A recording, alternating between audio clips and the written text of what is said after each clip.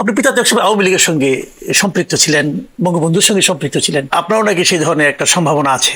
দেশনেত্রী বেগম খালেদা জিয়ার মৃত্যুর দিন বিএনপি আমাকে ত্যাগ করছে, বহিষ্কার করছে। 64 জেলার বোমা হামলা, আদালত প্রাঙ্গণে বোমা হামলা, 21 আগস্ট গ্রেনেড হামলা, এগুলো আপনাদেরকে 17 বছর ক্ষমতার বাইরে রেখেছে। প্রথমত অনেকে বলেন যে বাংলাদেশের জাতীয় সংসদে এই মুহূর্তে মানে বেশি রুমিন ফারহানাই হচ্ছে একমাত্র বিরোধী দল। তো এই ধরনের কথা নিশ্চয়ই আপনি আরো অনেকের কাছ থেকে শুনেছেন। এই ধরনের বিশেষণ আপনার নামের সঙ্গে থাকাটা আপনি আসলে কিভাবে নেন? আপনাকে অসংখ্য ধন্যবাদ। আমার কাছে মনে হয় যে এটা আমাদের পারিবারিক চরিত্র। আমার বাবাও সারা জীবনই বিরোধী দল, পরবর্তীতে তিনি নিজের একটা দল করেন, ছোট দল, কিন্তু সবসময় বিরোধী দল। এবং আমি আওয়ামী লীগের আমলেও যখন 2018 সংসদ, খুবই অল্প মানুষ সংসদে খুব ভোকাল ছিলেন। তো আমি একটা আলংকারিক আসনে ছিলাম, নারী সংরক্ষিত আসন, but I was very vocal. এবং গত 13 বছর শেখ হাসিনার সময়ে 2013 সাল থেকে 2024, 12 থেকে 24, হ্যাঁ প্রায় 12-13 বছর, I was very vocal against that government, I was very vocal against Yunus government. এবং এখন তো আসলে সংসদে আমি আসলে কোনো বিরোধী দল দেখি না সেই অর্থে, 18তেও দেখি নাই, এখনো দেখি না। সো এই জিনিসটা আসলে বলা বলি হচ্ছিল কখন থেকে, যে যখন দেখা গেল যে আমাদের সঙ্গে যুক্তরাষ্ট্রের যে বাণিজ্য চুক্তিটা হয়েছে, এই চুক্তিটা নিয়ে আমরা সবাই আশা করেছিলাম যে জাতীয় সংসদে এটা নিয়ে আলোচনা হবে, এর ভালো মন্দ জনগণ জানতে পারবে। আমরা দেখলাম যে একমাত্র এটা নিয়ে আপনি কথা বলার চেষ্টা করেছেন, তারপরে টেকনিক্যাল কারণে বলা হয়ে ওঠেনি। তো আপনি কি এটার জন্য যে একাধিক সংসদ সদস্য দরকার পড়ে সমর্থন করার জন্য আপনি কি কারোর সঙ্গে ব্যক্তিগতভাবে চেষ্টা করেননি? তারা কি বলেছে আপনাকে? দেখুন, দুটো বড় দল, সরকারি দল এবং বিরোধী দল।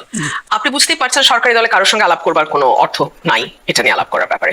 সকল সিদ্ধান্ত প্রধানমন্ত্রী নেন, প্রধানমন্ত্রীর সঙ্গে কথা বলার কোনো সুযোগ নাই।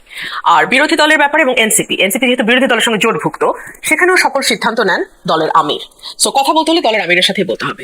ওনাদের যদি সত্যিকার অর্থে ইচ্ছা থাকতো তাহলে এটা কিন্তু বিরোধী দল থেকেই তোলার কথা। আমি যখন অপেক্ষা করলাম, কোনো কোনো সদস্যের যাদের সঙ্গে আমার ভালো সম্পর্ক, কথা বললাম, আমি দেখলাম ওনারা বিষয়টি দলের প্রধানের হাতে ছেড়ে দিচ্ছেন। সো আমি বুঝতে পারলাম যে ওনারা তুলবেন না। যদি তোলার হতো ওনারা ওনাদের দল থেকেই তুলতেন, তাহলে আর আমাকে বলতে হতো না। সো আমি যেটা করলাম যে নোটিশ দেওয়ার যে ব্যাপারটা, ওটা যেহেতু করতে পারি নাই, আমি যেটা করলাম আমি পয়েন্ট অফ অর্ডারে দাঁড়ালাম, কিন্তু সেটাও তো হলো না। আপনি দেখুন, হামের ব্যাপারেও আমরা এক ধরনের সহনশীল আচরণ লক্ষ্য করলাম সংসদে। বিরোধী দলের নেতারা কিন্তু খুব একটা ভোকাল হলেন না হামের ব্যাপারে। সেই মানে আমার সাথেই স্বাস্থ্যমন্ত্রী এক ধরনের বচসা বলেন বা এক ধরনের একটু কথা কাটাকাটি, যেটাই আপনি বলেন, সেটা হলো। টিআইবি একটা রিপোর্ট দিল সরকারের 100 দিন, এই রিপোর্টটা নিয়েও আমি কাউকে কথা বলতে দেখলাম না। সো ওটা নিয়েও আমি 71 বিধিতে কথা বলার চেষ্টা করলাম। 71 বিধির সমস্যাটা হচ্ছে মাত্র 2 মিনিট সময় পাওয়া যায়। এর মধ্যে আপনি বলতে পারলে ভালো, না বলতে পারলে কিছুই করেন, 1 সেকেন্ডও বাড়বে না, 1 সেকেন্ডও বাড়বে না। সো এই কিছু কিছু ব্যাপারে মানুষ কিন্তু খুব অত্যন্ত আমি বলবো সচেতন বাংলাদেশের মানুষ। ওনারা অবসর সময়ে ওনারা কিন্তু একটা সিনেমা না দেখে আপনারা আমার টকশো শোনে, সংসদটা দেখে। আর আজকাল ফেসবুক হওয়ার ফলে প্রচুর রিলস আসে, ছোট ছোট রিলস আসে। সো মানুষ ওগুলোতে নজর রাখে, সে কারণে মানুষের একটা পারসেপশন তৈরি হয়েছে যে আমি বিরোধী দল। এখানে একটা জিনিস আমরা খেয়াল করেছি, আপনি নিজেও হয়তো বুঝতে পারবেন, সেটা হলো যে আমরা দেখছি যে এই সরকারকে পূর্ববর্তী 18 মাসে যে সরকার ছিল ডক্টর ইউনূস সরকার, সেই ইউনূস সরকারের কোনো ব্যর্থতা অথবা কোনো দোষ তারা হয়তো বলতে চায় না, অথবা ব্যর্থতা নিয়ে কোনো কথা বলতে তারা স্বাচ্ছন্দ্য বোধ করে না। কেন, এটা কি আপনি খেয়াল করেছেন? সার্টেনলি। এবং সম্ভবত আমি সবচেয়ে আগে বলেছিলাম যে এই গভর্নমেন্ট হচ্ছে ইউনূস সরকারের একটা এক্সটেনশন। কেন বলেছিলাম? যেদিন খলিলুর রহমান সাহেবকে পররাষ্ট্রমন্ত্রী নিয়োগ করা হলো, যেদিন আমি দেখলাম প্রধানমন্ত্রীর অ্যাডভাইজার ডক্টর জাহিদুর রহমান হামের ব্যাপারে বলছেন যে আমরা এটা বলতে চাই না যে ইউনূস সরকার ইচ্ছাকৃতভাবে এই নেগলিজেন্সটা করেছে। তখন আমি বলেছিলাম যে নেগলিজেন্স যখন সেইটাও হয়, যে নেগলিজেন্সের কারণে মানুষের মৃত্যু হতে পারে, সেই নেগলিজেন্সের কারণে যখন মৃত্যু হয় সেটাকে হোমিসাইড বলা হয়। মার্ডার যদি নাও হয়ে থাকে দ্যাট ইজ হোমিসাইড। সো আপনি কি হোমিসাইডের সাথে কিন্তু 10 বছর, তো আপনি কি ওখান থেকে ইউনূসকে বাঁচানোর চেষ্টা করছেন? ডক্টর জাহিদকে আমার মানে আমি প্রশ্ন করেছিলাম মিডিয়াতে, আপনি কি ওটা বাঁচানোর চেষ্টা করছেন? তো আপনি যখন এগুলো দেখবেন, আশিকুর রহমান বিডার, আশিক চৌধুরী, সো আপনি দেখবেন এই এক্সটেনশন, আপনি খেয়াল করবেন তারা অনেক রকম কথা বলে। তারা 2 বছর আগের যে শেষ সরকারটি ছিল আওয়ামী লীগের, গ্যাস বিদ্যুৎ সকল কিছুর জন্য অত দূর চলে যায়, আইন শৃঙ্খলার জন্য অত দূর চলে যায়, কিন্তু ওনারা ইমিডিয়েট আগের যে সরকার ইউনূস সরকার, তাদের ব্যাপারে কিন্তু কথা বলে না। এবং আপনি খুব মজার ব্যাপার দেখেন মাসুদ ভাই, খলিল সাহেবের ব্যাপারে এই সরকারের একটা রিজার্ভেশন ছিল যখন তারা সরকার গঠন করে নাই, এবং এই স্পেসিফিক নামের ব্যাপারে তারা তাদের আপত্তি জানিয়ে রেখেছিল, নোটিস অবজেকশন ছিল। তারপরে এমন অবস্থা দাঁড়ালো যে বিএনপি থেকে ফরেন মিনিস্টার হওয়ার মতো মানুষ নাই। এবং পৃথিবীতে বিরল এতটুকু একটা দেশে 3 জন ফরেন মিনিস্টার এখন। না, এটা হয়তো আমরা ফরেন পলিসি নিয়ে খুব বেশি চিন্তা ভাবনা করছি, এটা তো সে কারণে হতে পারে। আপনি যদি সেটা বলেন তাহলে আমার মনে হয় বাংলাদেশে এই মুহূর্তে 64 জন স্বরাষ্ট্রমন্ত্রী দরকার। মানে আপাদমস্ত ব্যর্থ, এবং যেই ব্যর্থতা একেবারে প্রান্তিক মানুষটার জীবনকে বিপর্যস্ত করতে পারে, সেটা হলো আমাদের সালাউদ্দিন সাহেবের ব্যর্থতা। উনি পণ্ডিত, যত না পণ্ডিত জাহির তার চেয়ে অনেক বেশি, যত না জাহির তার চেয়ে শোষা আরো বেশি। তো ওনাকে একটা জেলায় দেয়া হোক। ফর এক্সাম্পল, উনি উনি একটা জেলা দেখলো, ব্রাহ্মণবাড়িয়া একটা জেলা দেখলো, কুমিল্লা একটা জেলা দেখলো, এর বেশি ওনার ক্যাপাসিটি নাই। সুতরাং মন্ত্রীর সংখ্যা যদি বাড়াতেই হয়, এবং আমার ধারণা এই সরকার পুনর্বাসনে খুব ব্যস্ত, প্রচুর মানুষকে তারা পুনর্বাসন করতে চায়। পুনর্বাসন তো হবেই হবে, এই কারণে ওনারা একটা পলিটিক্যাল পার্টি, একটা পলিটিক্যাল গভর্নমেন্ট, এবং ওনারা তো নির্বাচনের আগেও ঘোষণা করেছেন যে আমরা তো সবাইকে নমিনেশন দিতে পারবো না, যাদেরকে না দিতে পারবো তাদেরকে পরবর্তীতে পুরস্কৃত করা হবে। আমি আপনাকে, যেহেতু আমি দলটায় ছিলাম, অসংখ্য ত্যাগী নেতার নাম বলতে পারবো যারা কোথাও নাই, অথচ তাদেরকেই মানুষ 15 বছর দেখেছে, পথে দেখেছে, মিডিয়াতে দেখেছে। আমি আমার কথা বলছি না, ফর গড সেক। আলাল ভাই ফর এক্সাম্পল, দুদু ভাই ফর এক্সাম্পল, রিপন ভাই ফর এক্সাম্পল। আমি জানি আমারই বলার ফলে তাদের আরো ক্ষতি হবে কিনা, কিন্তু সোহেল ভাই, ও of course Habibur Nabi Khan Sohel, last but most important probably. এই মানুষগুলো কোথাও নাই। এবং আমি নামগুলো বলতে চাই না, প্রধানমন্ত্রীর উপদেষ্টা বলেন, প্রধানমন্ত্রীর আশপাশের লোক বলেন, এটা আমরা বাঙালিরা কোনোদিন দেখি নাই। বাংলাদেশে যারা বিএনপি করেছে তারা কখনো দেখে নাই। কিছু এসছে ওনার সঙ্গে বিমানে চেপে, কিছুতে উনি এখান থেকে সেখান থেকে কালেকশন করেছেন। এটা কোনোদিন বিএনপি করে নাই, কোনো জীবনে কোনোদিন বিএনপি করে নাই। ইফটিজিং বন্ধ করুন, সামাজিক আন্দোলন গড়ে তুলুন। আপনার একটুখানি সহযোগিতা গড়ে দেবে সমৃদ্ধ বাংলাদেশ। আশিয়ান সিটি, আপনার অভিজাত ঠিকানা। একটা সরকারকে ভালোভাবে চালানোর জন্য মানে দল করা কি জরুরি? না, দল করা জরুরি না, তবে মতাদর্শের সঙ্গে অ্যালাইন্ড যদি না হয়, এবং যারা আপনার জন্য শ্রম ঘাম দিয়েছে, আমি যে 4টা নাম বললাম, সোহেল ভাই, দুদু ভাই, আলাল ভাই, রিপন ভাই, এই মানুষগুলা, এরকম আরো মানুষ আছে, যারা হয়তো সংসদে গেছেন কোনো মতে, কিন্তু অন্য কোথাও আর তারা নাই, কিন্তু তাদেরকেই কিন্তু মানুষ 15 বছর দেখেছে রাস্তায়, ম্যাডামের পাশে, আন্দোলনে, যতটুকুই হয়েছে। এই প্রশ্ন আসতেই পারে যে আন্দোলনে বা কেমন করেছেন ওনারা, চেষ্টা করে। আন্দোলনের ব্যর্থতার প্রমাণ দিয়েছেন, এটা আসতে পারে, কিন্তু ওই চেষ্টাটুকুর মধ্যে আমাদের মুখ দেখা গেছে আর কি, এইটুকুই। আপনি আইন শৃঙ্খলার কথা বলতে যে উদাহরণ দিতে যে হয়তো এমনিতেই ব্রাহ্মণবাড়ির কথা বলেন, আপনার নিজের এলাকার বলেই হয়তো বলেছেন, অস্বাভাবিক কিছু না। কিন্তু আপনি তো এলাকার এমপি, আপনি এমপি হিসাবে কিছু প্রশ্ন আপনাকে করতে চাই যে এলাকার মানুষ যখন ভোট দেয় তখন তারা এমপি সাহেবের কাছ থেকে কি আশা করে? তারা আশা করে ওনাকে ভোট দিলে দুটো জিনিস, একটা হলো সংসদে উনি আমাদের এলাকার কথা বলবেন, দেশের মানুষের কথা বলবেন, আর দ্বিতীয়ত এলাকায় কিছু উন্নয়ন কর্মকাণ্ড করতে হবে। তো আপনার এলাকায় উন্নয়ন কর্মকাণ্ড আপনি কেমন করতে পারছেন? আমি প্রতি 5 মাস অন্তর আপডেট দিব, এবং যেটুকু আমি করেছি আপডেট চলে গেছে অলরেডি, আমি দিয়ে দিয়েছি। আর 2 হচ্ছে যে বড় যে প্রকল্পগুলো, মাত্র একটা এই সরকার এসছে ফেব্রুয়ারি শেষে, মার্চ, এপ্রিল, মে, জুনে একটা নতুন অর্থ বছর শুরু হচ্ছে। জুনের অর্থ বছরের পর আশা কর দেওয়া হয়েছে আমাদেরকে অর্থ ছাড় হবে, এবং এই অর্থ ছাড়ের পরে তারা একনাকে পাশ করবে কিছু প্রকল্প, এবং তারপরে কিছু কিছু কাজ, দৃশ্যমান কাজ যেগুলো, হ্যাঁ, এলজিআরডি বড় বড় কাজ যেগুলো, বড় ব্রিজ হতে পারে, বড় রাস্তা হতে পারে, সেই কাজগুলো। এর আগে হচ্ছে টিআর কাবিখা দিয়ে একদম মানে যেগুলো না করলেই নাই মুহূর্তে, ছোট ছোট রাস্তা, 1 কিলোমিটার, 1.5 কিলোমিটার, 2 কিলোমিটার, এই কাজগুলো আমি করেছি। আমার এলাকার মূল সমস্যা কয়েকটি। প্রথম হচ্ছে রাস্তাঘাট, একদম বেহাল দশা। 2 হচ্ছে বর্ডার এলাকা, মাদক। এবং মাদক আমি মনে করি শুধু ব্রাহ্মণবাড়িয়া না, মাদক এখন পুরো বাংলাদেশে এমন ভাবে ছড়িয়েছে যে বাবু গয়েশ্বরচন্দ্র রায় ওপেন সংসদে বলেছেন যে আগে তো বদির বাসার সামনে দিয়ে আসতো, বুঝলাম, তো এখন তো আমাদের স্বরাষ্ট্রমন্ত্রীর বাসা ওই দিকেই। তো উনি টানেন নাকি যে কারা আসলে এগুলো নিয়ে ডিলিং করেন? তার উত্তর অবশ্য স্বরাষ্ট্রমন্ত্রী দেন নাই। উনি ওনার মন্ত্রণালয় সংক্রান্ত আসলে কোনো জবাবই কখনো দেন না। উনি ভীষণ সংবিধান নিয়ে পড়ে থাকতে পছন্দ করেন। তো যাই হোক, মাদক আমার এলাকার আরেকটা সমস্যা। 3 নাম্বার হচ্ছে ব্রাহ্মণবাড়িয়ায় যেই বিষয়টা মানুষ কেউ হাসি হিসেবে নেয়, কেউ আমাদের সঙ্গে একটু ঠাট্টা করার জন্য নেয়, সেটা হচ্ছে মারামারি, ট্যাটা যুদ্ধ, তুচ্ছ ব্যাপারে ভীষণ রকম 2 গ্রামবাসীর মধ্যে 3 দিন 4 দিনও হয় মাসুদ ভাই। তো এই কালচারটা আমি গ্রামে না যাওয়ার আগ পর্যন্ত বুঝতাম না যে বিষয়টা কি। ওনারা বলেন 2 গোষ্ঠীর লড়াই। আমি ভাবতাম যে কি এমন কি রাজ পরিবার 2 গ্রামে থাকে যে 2 গোষ্ঠীর লড়াই এমন ভয়ানক হতে পারে, 3 দিন 4 দিন ধরে হয়। পরে আমি ওখানে এমপি হওয়ার পর, এবং এখন তো ম্যাক্সিমাম সময় আমি গ্রামেই থাকি, আমি কোর্ট করি 3-4 দিন, আর বুধ থেকে শনি আমি গ্রামে থাকি 3 দিন। সো এখন আমি যেটা বুঝলাম, এখানে অনেকগুলো সুবিধাভোগী পক্ষ আছে। ধরুন যে সর্দার, গ্রামের সর্দার গুলো আবার খুব রেসপেক্টেড, হ্যাঁ, ওয়েল রেসপেক্টেড, তাদের একটা ইনকাম সোর্স, একটা না, এটাই তাদের মূল ইনকাম সোর্স, যে মীমাংসা করে দেওয়ার নামে যেই টাকাটা ওনারা পান, বিচার সালিশ যেটাকে বলা হয়। 2 হচ্ছে পুলিশ। 2 পক্ষ থেকেই কিন্তু এখানে খাওয়ার সুযোগ আছে, কারণ 3 দিন 4 দিন ধরে যখন একটা লড়াই চলে দুই পরিবারের 2 গোষ্ঠীর মধ্যে, আপনার পক্ষে আই উইটনেস বার করা অসম্ভব যে আসলে ট্যাটাটা দিয়ে কে কাকে মারলো। ধরুন করিম মারা গেছে, করিমের উপর কি রহিম ট্যাটাটা দিয়ে মারছে না আর কেউ মারছে, এটা it's very difficult to find it out. So আপনার এখানে একটা বিরাট ডিলিং হয়ে যায় যে রহিমের নাম দিব না যদি তুমি এত টাকা দাও, তাহলে আবার কি সবুজের নাম দিব, আবার সবুজের পরিবারের থেকে পয়সা। সো এখানে পুলিশের একটা দিয়ে আনার ব্যাপার থাকে। আর লাস্ট যেটা সেটা হচ্ছে যে অনেকে মনে করে এটা আমাদের ব্রাহ্মণবাড়িয়ার একটা ঐতিহ্য, এটা হবে। আইনজীবীদেরও এক ধরনের সায় থাকে, লোকাল আইনজীবীদের, তাদের এখানে মামলা যায়, দুই পক্ষই দুই আইনজীবী দুই পক্ষের মামলা লড়ে। সো মজা নিচ্ছে তিনটা সুবিধাভোগী পক্ষ, বর্জুয়া শ্রেণী।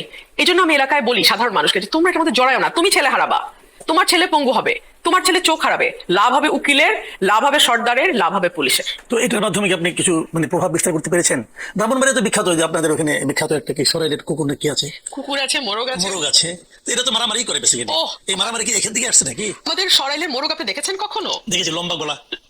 বিউটিফুল, মানে আসলি মোরগ ইজ রিয়েলি বিউটিফুল। ওরা ভীষণ ভারী হয়, নর্মাল মোরগ না কিন্তু, এবং ওরা আপনাকে দেখে সরবে না।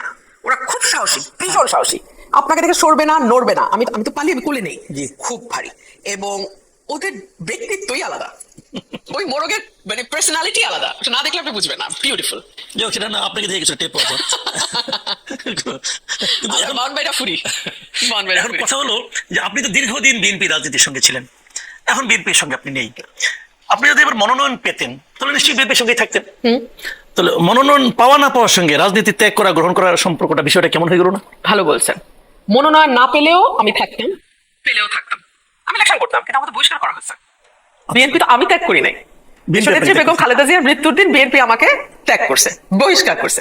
আমি চাইলেও এখন বিএনপি হতে পারবো না। তাহলে এমনিতে আমরা কিন্তু দেখি যে বিভিন্ন জায়গায় যে মানুষ কিন্তু খোঁজে যে আমার যে এলাকায় যিনি এমপি হবেন তিনি যদি সরকারি দলের হন তাহলে বেশি কাজ আনতে পারবেন।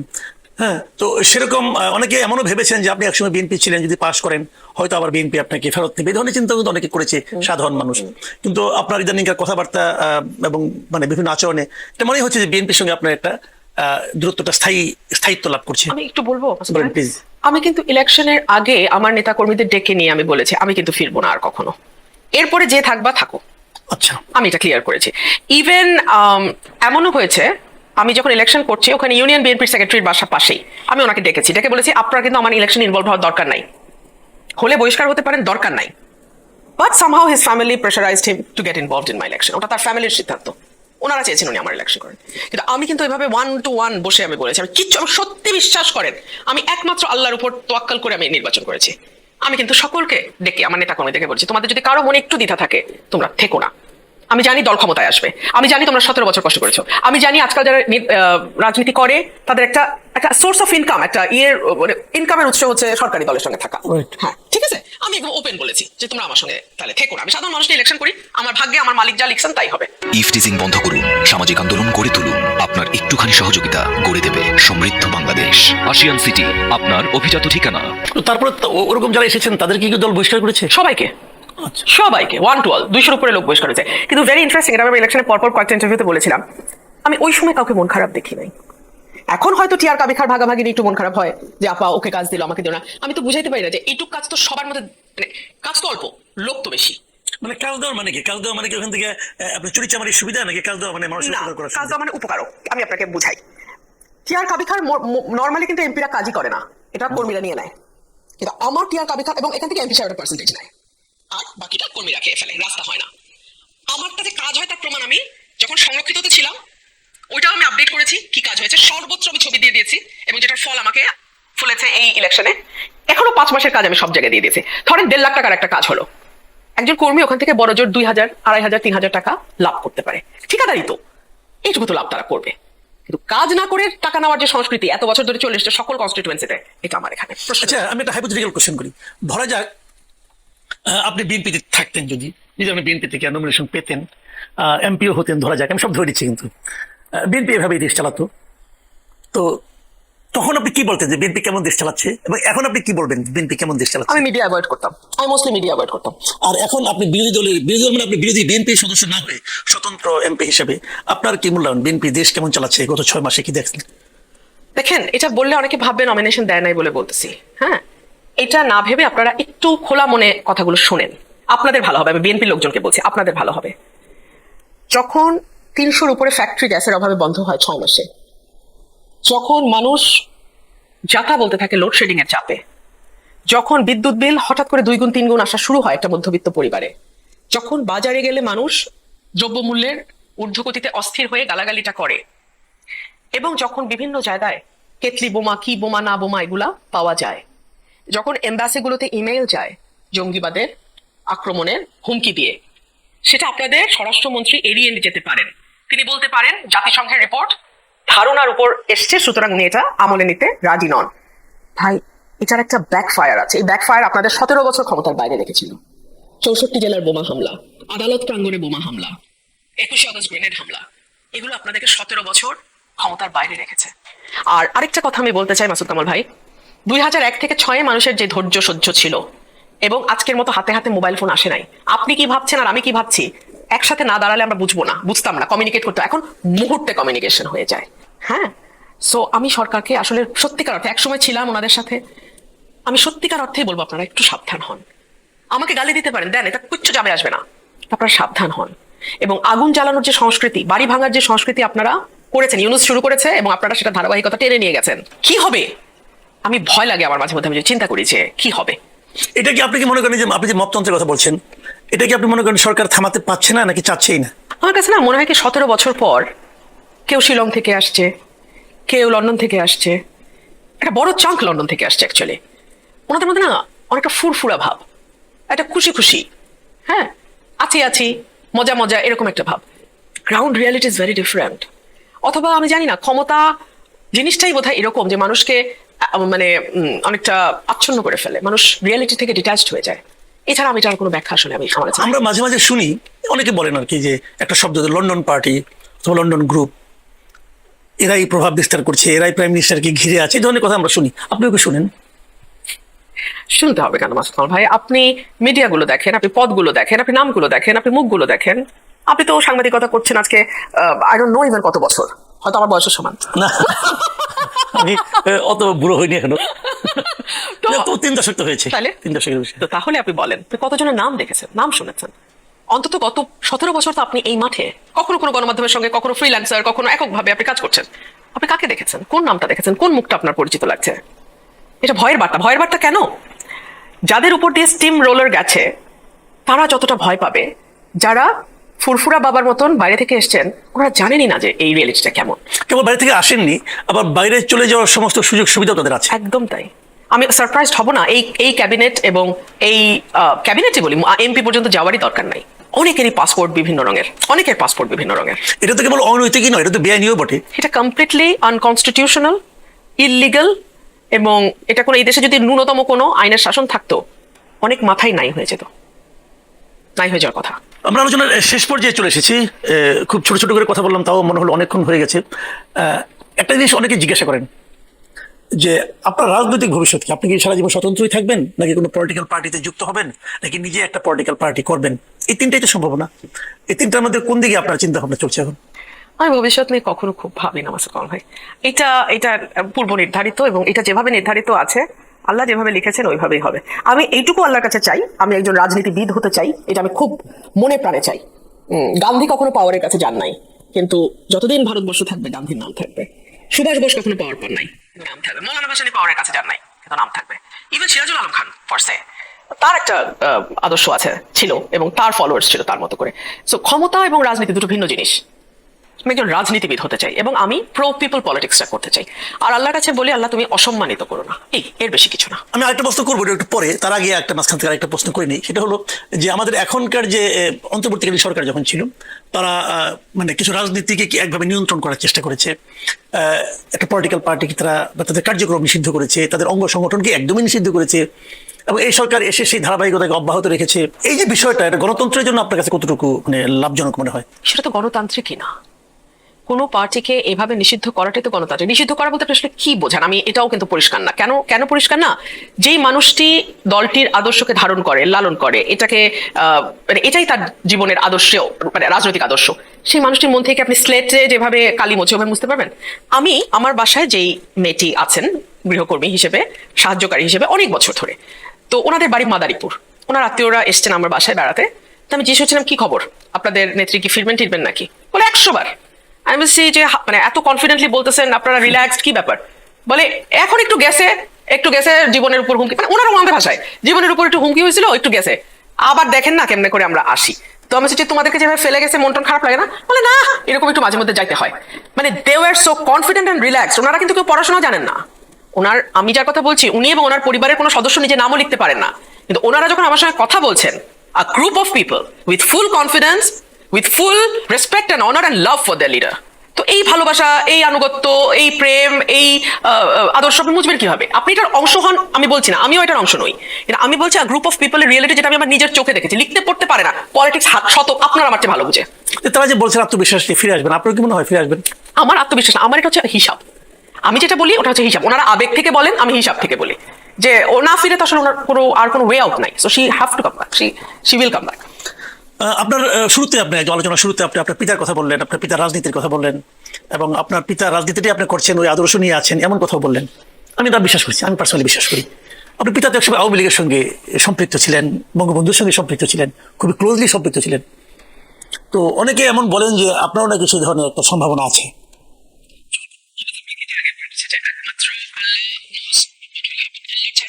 আসলে কেউ জানে না কি হবে সামনে। এবং বাংলাদেশের রাজনীতি এখন এত একটা ঝঞ্ঝা বিক্ষুব্ধ সময় পার করছে, এত অনিশ্চিত একটা পথ বাংলাদেশের রাজনীতি এই মুহূর্তে পাড়ি দিচ্ছে। আমি জানি না ইভেন আগামীকাল কি হবে। আমরা আলোচনা শেষ করবো। প্রিয় দর্শক, আপনারা শুনলেন, আমরা বেশ অনেকক্ষণ খোলামেলা আলাপই করলাম। হয়তো তেমন মানে মানে আপনার কি ঝগড়া টাইপের আলোচনা হয়নি, কিন্তু আমার মনে হয় যে বেশ রুমিন ফারহানা সম্পর্কে আপনারা যা জানতে চান, যা বুঝতে চান ওনাকে, যে একজন মানুষ একা কিভাবে একটা বিরোধী দল হয়ে যেতে পারে, তার কিছুটা ধারণা হতে পারছে। যে ফ্রেম ওনাকে আমরা দেখি, এই ফ্রেমে নড়াচড়া করবেন না, এমনটাই ওনাকে দেখতে চাই। কারণ আমরা এটা চাই যে আমাদের জাতীয় সংসদে এত